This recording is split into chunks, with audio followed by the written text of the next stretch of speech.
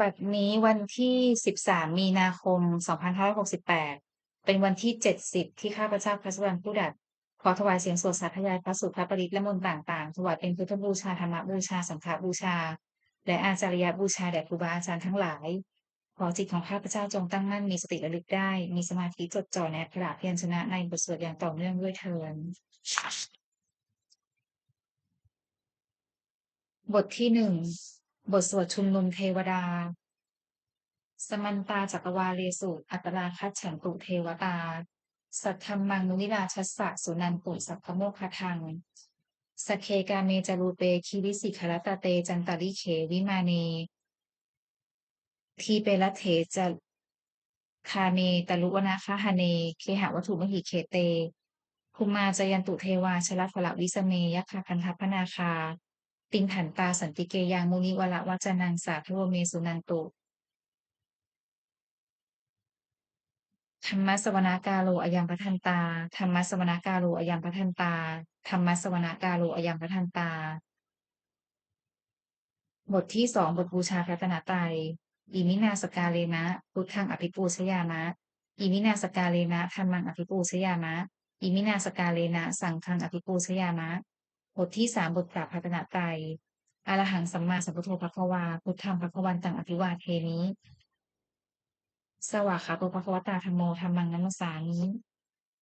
สุปฏิปันโนภควโตสาวกสังโฆสังฆังนามามิ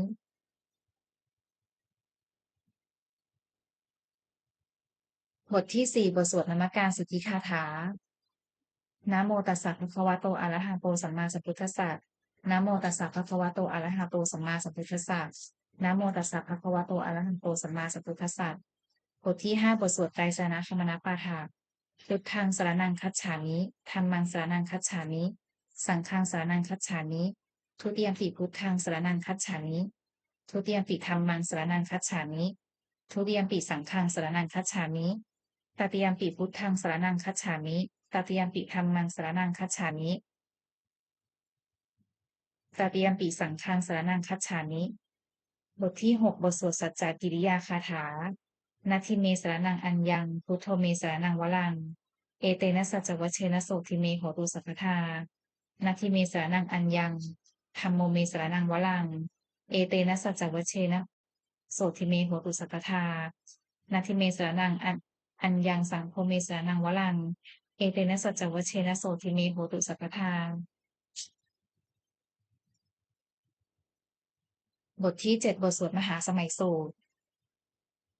เอวันเมสุตังเอกังสัมมยังภัควา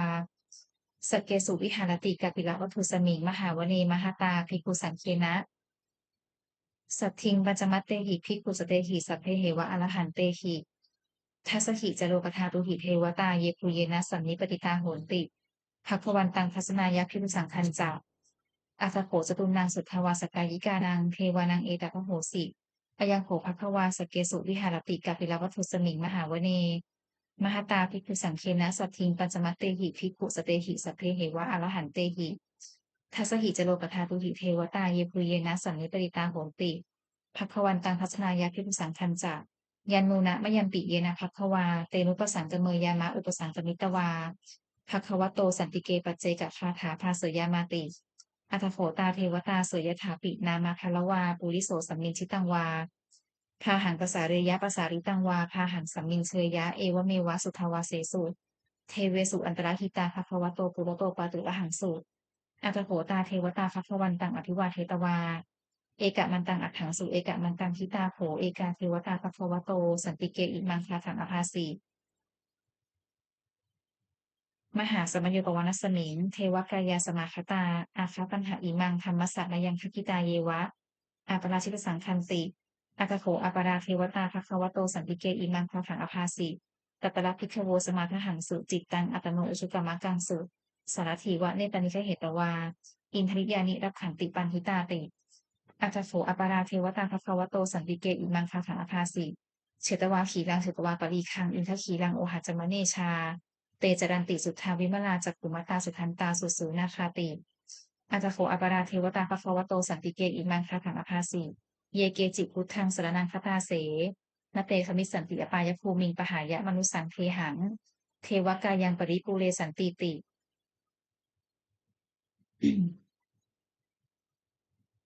อัตโขภัคควาภิกขุอมันเตสิเยปุเยนะภิกขเวทัสสุโลกธาตุสุเทวตาสันนิปติตาโหนติตถาคตังทัศนายะภิกขุสังคัญจะเยปิเตภิกขเวอเหสุงอติตมัฏฐานังอรหันโกสัมมาสัมพุทธาเตสัมปิภควันตานังเอตปรมาเยวะเทวตาสันนิปติตาอเหสุงเสยถาปิมยหังเอตระหิเยปิเตภิกขเวทวิสันติอนาคตมัฏฐานังอรหันโตสัมมาสัมพุทธาเตสัมปิภควันตานังเอตปรมาเยวะเทวตาสันนิปติตาภวิสันติเสยถาปิมยหังอา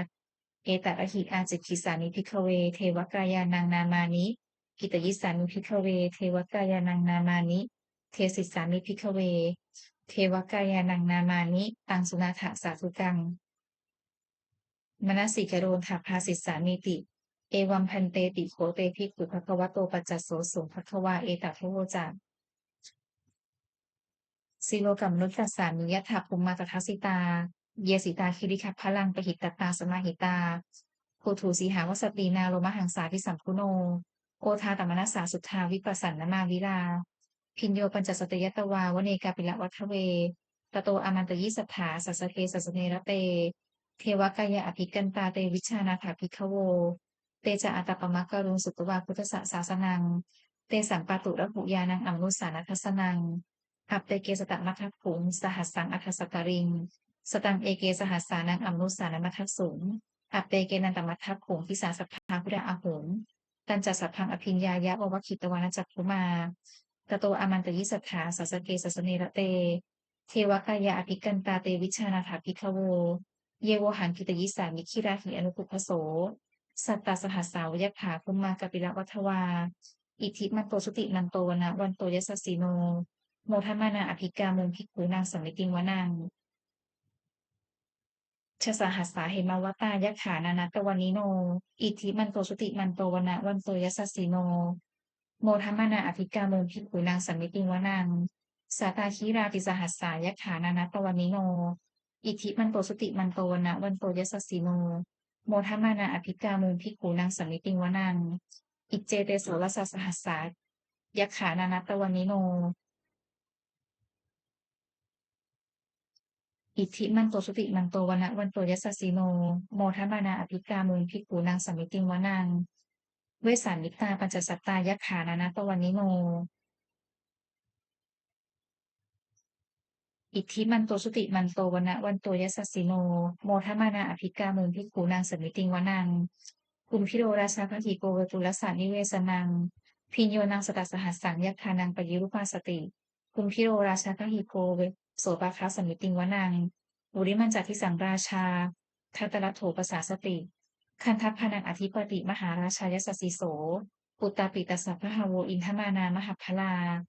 อิทธิมันโตสุติมันโตวนะวันโตยัสสสิโน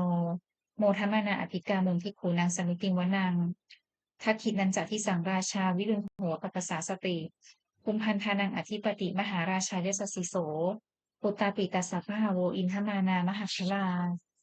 อิทธิมันโตสุติมันโตวนะวันโตยัสสสิโนโมทัมมานาอภิกามุงภิกขุนางสมิติงวนังปัจฉิมันจัทิสังราชาวิรูปักโขปสาสตินาคนังอธิปติมหาราชายสสสิโสปุตตาปิตัสสะพะหาโวอินทมานามหัพพลาอิทธิมันโตสุติมันโตวนะวันโตยัสสสิโนโมทัมมานาอภิกามุงภิกขุนางสมิติงวนังอุตรัญจัทิสังราชาอุเวโรตปสาสติยัคขานังอธิปติมหาราชายสสสิโสปุตตาปิตัสสะพะหาโวอินทมานามหัพพลาอิทธิมันโตสุติมันโตวนะวันโตยัสสสิโนโมทัมมานาอภิกามุงภิกขุนางสมิติงวนังปุริมาทิสังคตรัตโถทัคเคนะวิดุลหะโคปัจฉิเมนะวิดุลปักโคปุเวโรอุตรังทิสังจัตตารโรเตมหาราชาสมันตาจตุโรทิสาทัทธัลลมานาอัฏฐังสุวเนกาปิละวัฏเวเตสังมายาวิโนทาสาอภุวันจานิกาสถามายากุเตนทุเวเตนทุวิภูจักวิภูโตสหะจันทโนกามเสโทจากกินุมันทุนิมันทุจักปนาโทโอปมัญโยจากเทวสุโตจมาตาลิจิตตเสโนจักขันทัพโพนโรราชาชโนสโพอาคูปัญจสีโกเซวะตินพระฤาสุริยวัชสาเอเตจันเยจราชาโนพันทัพพาสหราชุพี โมทัมมานาอภิกามุงภิกขุนังสัมมิติงวนังอาถาคูนัพสานาคาเวสาลาสหตัชชกากัมภาลสตราอาคูปายาคาสหยาติภิยามุนาทดัตถาจะอาคูนาคายสสิโนเอราวโนมหานาโคสุปคัสสัมมิติงวนังเยนะคะราเชสหสาหารันติทิพาทิชาปขิวิสุตจักขูเวหายสาเตวนามัชฌปตตาจิตราสุปันนาอิติเตสะนามังอภยันตทานาคะราชานามาสิสุปนโตเขมนาสิพุทโธสันหาหิวาจาหิปวะหะยันตานาคาสุปันนาสรณามัคคังสุพุทธังชิตาวิชิวชิรหัตเถนะสามุทังอสุราสิตาภาตโรวาสวัสเสเตอิทิมันโตยสสสิโนกาลกัญชามหาพิสมาอสุราธนเวคสาเวปาจิตติสุจิตติจะปหาราโทนมุจีสหะสตันจักผลิปุตตานังสัพเพเวโรจนามกาสันนหิตวาพลิงเสนังลาหุพัทธมุปาคมุงสมโยธานิทัตทัทันเตทิผูนังสมิติงวนังอาโปจะเทวาปัทวีจะเตโชวโยตถาคมุงวรุณาเทวาโสมุจะเตสสาสหะเมตตากรุณากายิกาอาคูเทวายสสีโนทัสเสเตทัสภากายาสัพเพนานัตตวานิโนอิทธิมันโตสุติมันโตวนะวันโตยัสสสิโนโมทัมมานาอภิกามุงภิกขุนางสัมมิติงวนังเวนทูจัตเทวาสหลีจัตอาสมาจักทุเวยมาจันทสุปนิสาเทวาจันทามากปุปุรักขิตาสุริยสุปนิสาเทวาสุริยมากปุปุรักขิตานักขัตตานิปุรคิตวาอาคูมันทะวราหากาวสุนังวาสโวเศโทสักโปปะคาปุรินทโททัสเสเดทัสทากายาสัพเพนานัตตวานิโนอิทธิมันโตสุติมันโตวนะวันโตยัสสสสิโนโมทมานาอภิกาโมภิกขุนางสันนิติงวนังอัฏฐภูสาภูเทวาชลามัคคีสิกขาริวะ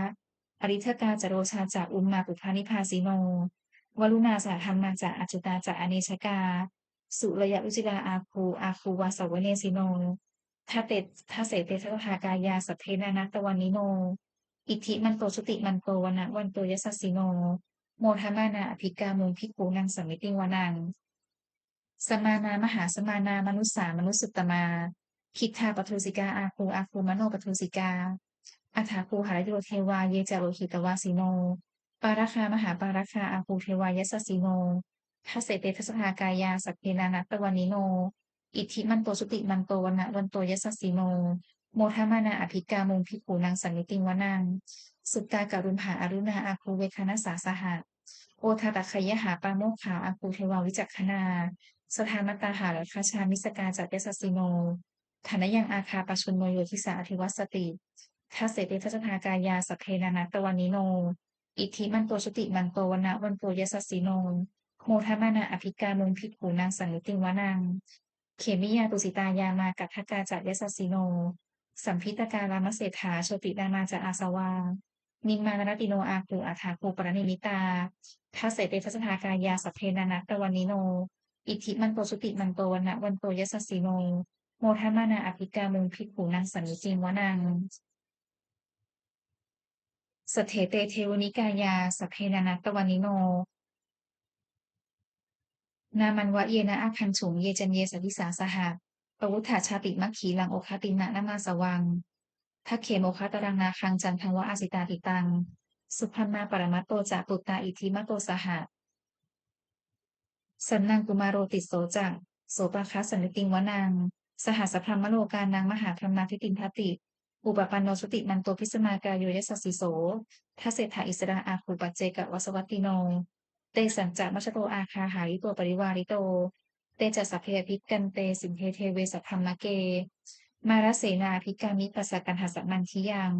เอถาคันหทาคันททะราเคนะพันธมัทุโวสมันตาปริวาเรถะมาโมมุนจิถาโกจินังอิติตัถะมหาเสโนตัถาเสนาอเปสยิปานินาตระมหัจจะสรังกัตตวานะเทระวังยถาปวุสโกเมโคธนะเยนโตสวิชุโคตถาโสปจุทาวติ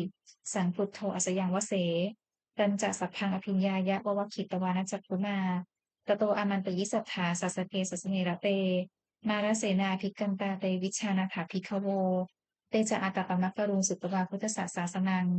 วิตราคิมหิปักกามุงเนสังโรมันติอัญชยุงสัพเพวชิตสังคามาพยาตีกายสัสสิโนโมทันติสาปูเตหิสาวคาเตชเนสุตาติ